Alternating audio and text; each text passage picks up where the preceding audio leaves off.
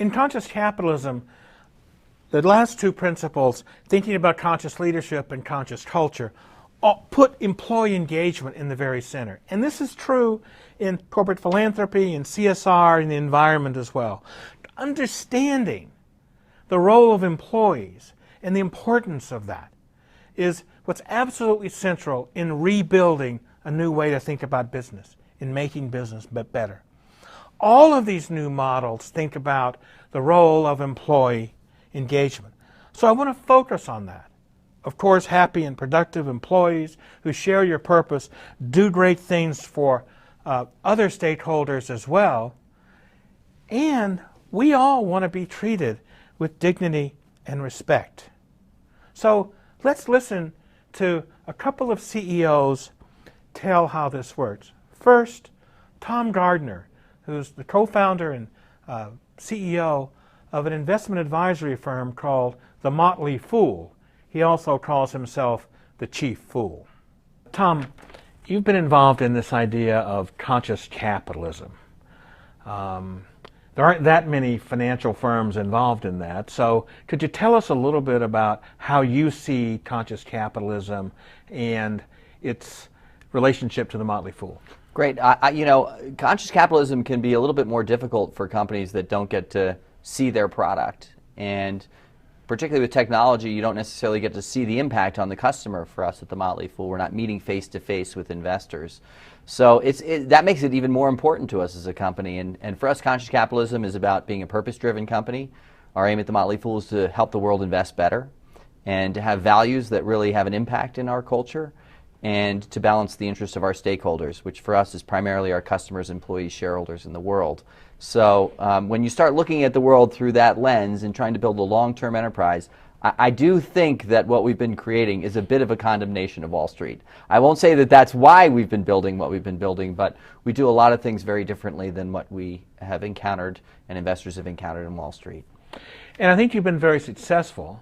So what do you think the barriers are to the rest of the industry adopting some of the same practices that you do at the Motley Fool? There's a lot of academic research on reward systems, and that research hasn't found its way to Wall Street. What that research shows is that while everyone wants a big financial payoff, who wouldn't want that? That's not high on the list for most people when they go to work. They want to have a purpose that they believe in. They want to work with people they love working with. They want a job and challenges that are exciting. They want the flexibility to get their work done in the way they want to get it done. And I think what Wall Street has done, unfortunately, is to elevate that big financial upside, not just to second place or third place. That's number one on Wall Street. And I think that puts those organizations in trouble because it encourages short-term thinking, the use of leverage to try and generate as much as you can in a single year. If you know that you could turn your salary into a 5x bonus at the end of this year, what type of behaviors might that encourage you to take on during that year? So I think that probably the number one thing that we're inverting when we look at Wall Street is just the time frame that we're trying to find success on for for everyone who's associated with our business. And that research also tells us that if you use if-then incentives, if you do this, then you'll get this. We know those incentives, except for very specialized, boring, repetitive tasks, actually make performance worse. Absolutely. And I'm just wondering what kind of incentives you use at the Motley Fool, or would you say what drives people there is the purpose and the set of values, and then you want the incentives sort of consistent with that, but they work in the background? Well, I've always loved Charlie Munger, Warren Buffett's right-hand man at Berkshire Hathaway's line about incentives. The problem with incentives is that they work. And so you really have to think through what are the unintended consequences. And we have a great board director at the Motley Fool. His name is Steve Kerr, right. Not the former hoops player at the Chicago Bulls, but the former chief learning officer at General Electric and Goldman Sachs. And basically, here's one reality for us in incentives at the Fool. We never anchor on a single factor. If you say cash flow is what matters most this year, let's nail that and everyone will get a big bonus. Or if you say no, the number one thing we want is customer retention at the end of this year. If you focus on just one factor, everything else can get thrown to the side of the road while you're desperately driving full speed toward that one item. And that's a dangerous way to run any organization. Organizations are complex. At our company, we're a small company. We have about 275 employees. You've got 275 different people with different motivations, different interests, and you're trying to unify them in the aim of serving the world, and you can't do that in a simple format. So I guess probably the two things I'd say about our reward systems at the Motley Fool is that we experiment a lot, and we never anchor on a single factor. And if I could add a third thing, it's not all about capital. It's one of the greatest incentives you can give somebody is, hey Ed, you've been doing such great work, there's another project I want you to take on. I'm going to take off your plate, give me the 3 things you like doing the least. Let's get those off your plate now, and let's get you focused on helping us grow our international business, which you've expressed interest in. That opportunity to take on a new challenge and shed things you don't enjoy is often worth more to people than knowing that they're going to get a couple extra bills in their bonus at the end of the year. And when I'm able to do that with great people. Absolutely. That seems to me to be even more terrific. It's not just that I can pursue the projects I want to pursue, but I can pursue them with people that I respect, that I want to be around, that I want to have fun with. And my brief visit to your headquarters, that looks like what people were engaged in there. It starts with recruiting, making sure you're getting people that are passionate about your purpose, making sure you're getting people that are going to work well with others, that are interested in the dynamics of the workplace that you've created. We talked before this discussion about Facebook. I was mentioning how I think they do a remarkable job at allowing people to choose the projects that they're going to work on, the people that they work with, even the person that they report to. Imagine going to work.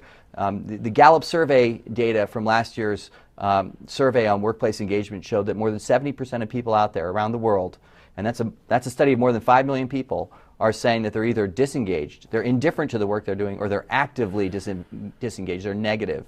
Imagine those people being able to choose their project, choose the people they work with, choose the person that they report to. That puts a huge demand on the organization to figure out logistically how to make that work, but once you get those systems in place, enormous increase in productivity. You're liberating, and a huge increase in productivity. It's almost like you want to say there's sort of a moral duty to liberate people, to do that. I can't imagine what it must be like to show up at work every day and be negative or not love what you're doing. You've touched on the 2 points that I think about. Number one, if I'm just going to be purely a rational economic being, which I don't think we are, but if I'm just going to think that way, it's insane to have an organization where 70% of the people are indifferent or negative.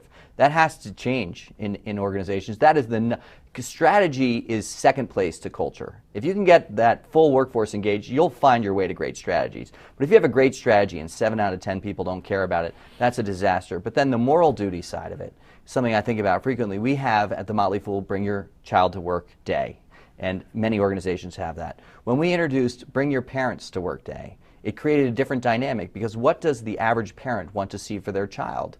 They don't want to see a disengaged person who's reporting somebody they don't like. Just want them to be happy. And so every conversation, I mean, many conversations I've had with parents of people who work at our company are, thank you for treating my child as an individual. And that's hard to do as you add employees. When you go from 20 employees to 75, now we're at 275, and obviously when I mentioned Facebook, they're near 5,000 employees. But organizations have to set themselves up to see the individual and liberate that individual to go after projects that excite them. And that takes a lot of work, but the rewards are massive for all the stakeholders.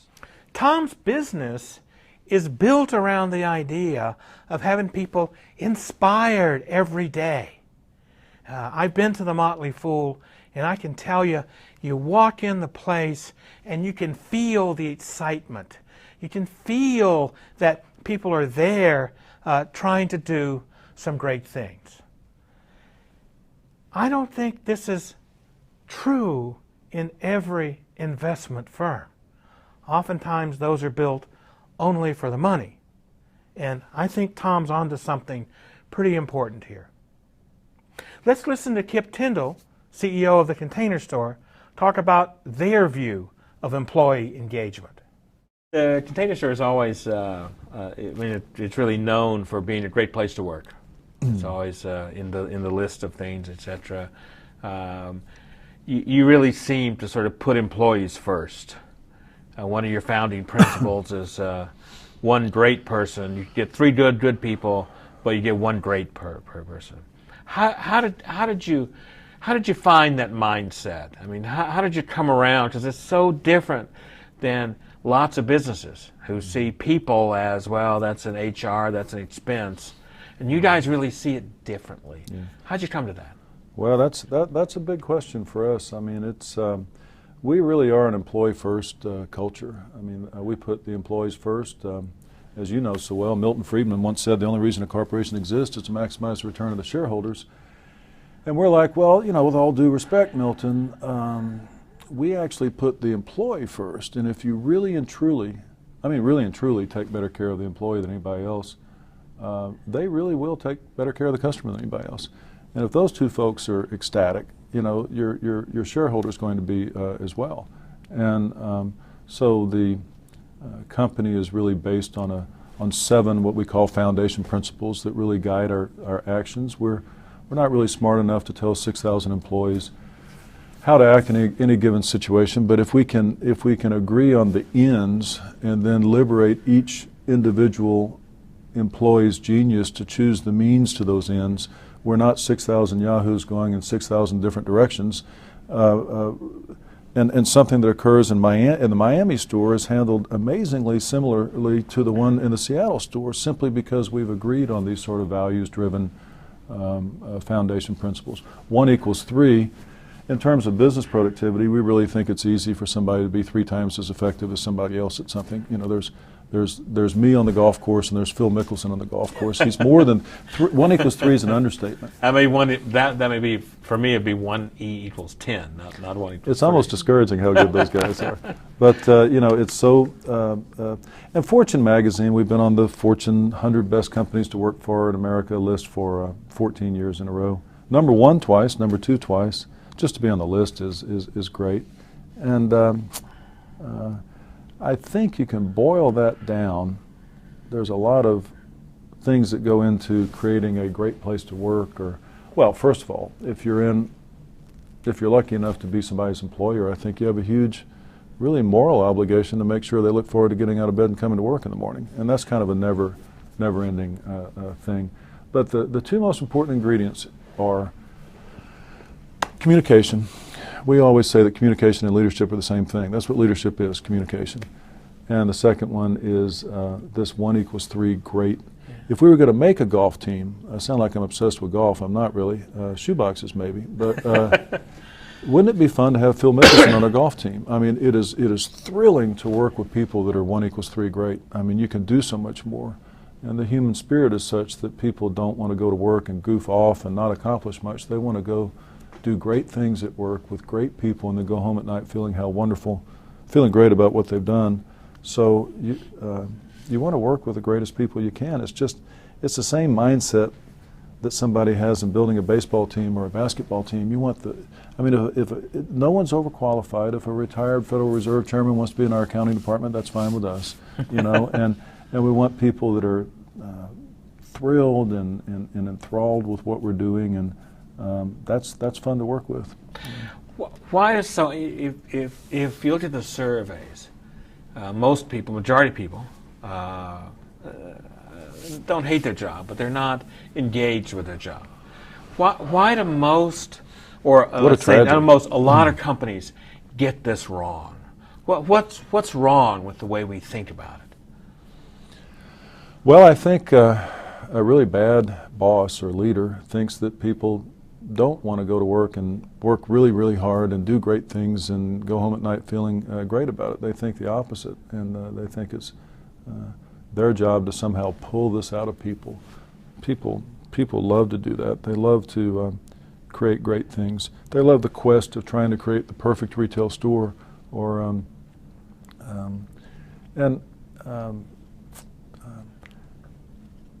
I think you just have to sort of unshackle the people that work in an organization. Fine, let's agree on 7 foundation principles, but then let's let each person figure out how to get there on their own.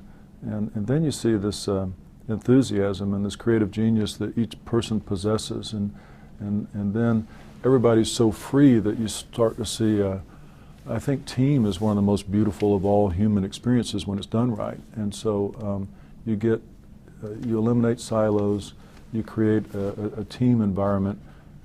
It's kind of funny because it's both individualistic and team at the same time, and you get productivity. You know, you get in the best businesses, you see that. One of the other foundation principles is that 3 steps in the door, you can tell whether a place has this air of excitement. I mean, people write about it. Hemingway might have called it a clean, well-lighted place, but you can walk into a bar or a restaurant and tell everybody wants to be there. The customers want to be there, the employees want to be there, and so that's another aspect of it. Tom Peters had a way of saying it years ago. He said, you can walk into a place, you can smell the values. Yeah. You can smell whether it's real or not. And you walk into a Container Store and you can absolutely smell the place, that people take this seriously, that they're pumped up to be there. These ideas really should come as no surprise to us. We all know as human beings that we're complicated. We want to be respected by others. We want to do great work.